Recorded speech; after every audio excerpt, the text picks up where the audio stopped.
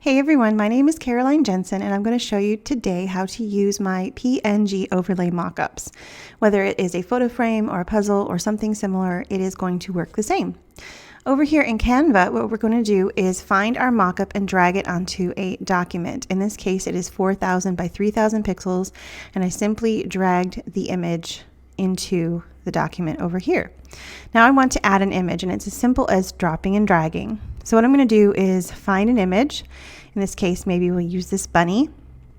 And I'm going to drag it over the top so that it covers completely. Now, when you're using a puzzle from a print-on-demand company, they're going to have a very specific size that you create the image to match the product.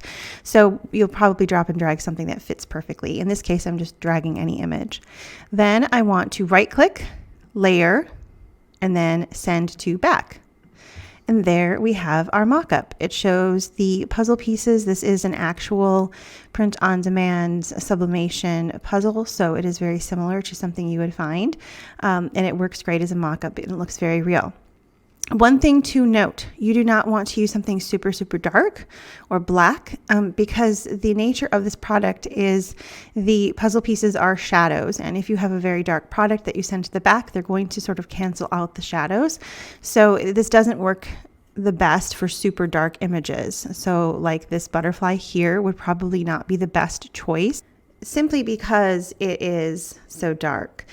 The nature of this kind of mock-up is it's best to have light to medium colored images that work best.